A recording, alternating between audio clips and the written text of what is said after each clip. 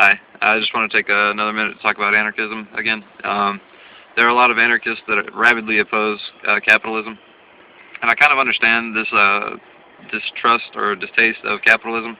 I myself was a rabid Marxist when I was 18, 19 years old. But the problem is that I didn't really understand what capitalism was. I saw capitalism as theft. I thought that for one person to gain, another person must lose. And in my opinion, that was just wrong. I did not understand why anybody would submit to that system of exchange. Since then, I have come to understand voluntary exchange, free exchange, subjective value specifically has been very beneficial in my understanding of how we should progress or how we should exchange or how we should behave in general.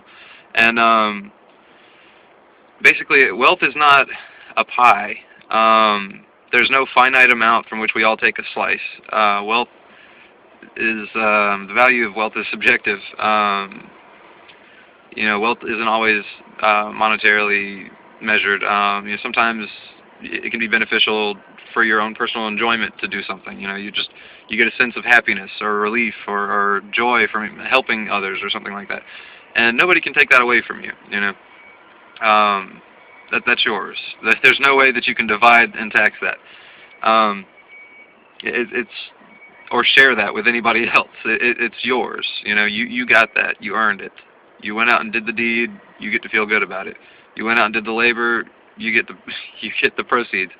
And one of my biggest issues with anarchists that oppose capitalism is that without capitalism and private ownership of property, there's no effective resource management whatsoever. Resource management would have to be organized centrally. There would be centralized allocation of resources and so on and so forth. And that just lends for misappropriation of resources through cronyism. That's just the same old story of government. So,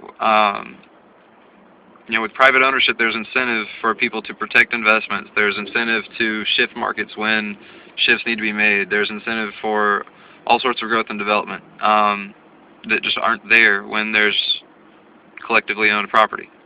The other problem that I have with collectively owned property is that when you take that responsibility of management of said resources away from the individual or private individual and give it up to the collective, who's going to take the responsibility of maintaining these resources?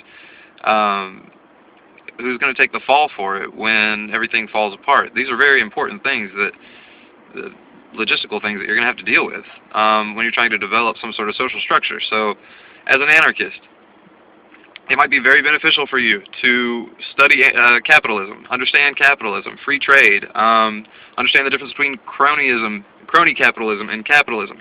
Understand the difference between currency and fiat currency. Understand the difference between oh my God. Yeah, just give it a chance. Don't knock it down. I could go into the history of anarchism and explain why these views, and the history of socialism, explain why these views on capitalism have developed the way that they have. I'll probably go through and make another video later on, but I just wanted to give you a brief rundown. Capitalism is not theft. Thank you.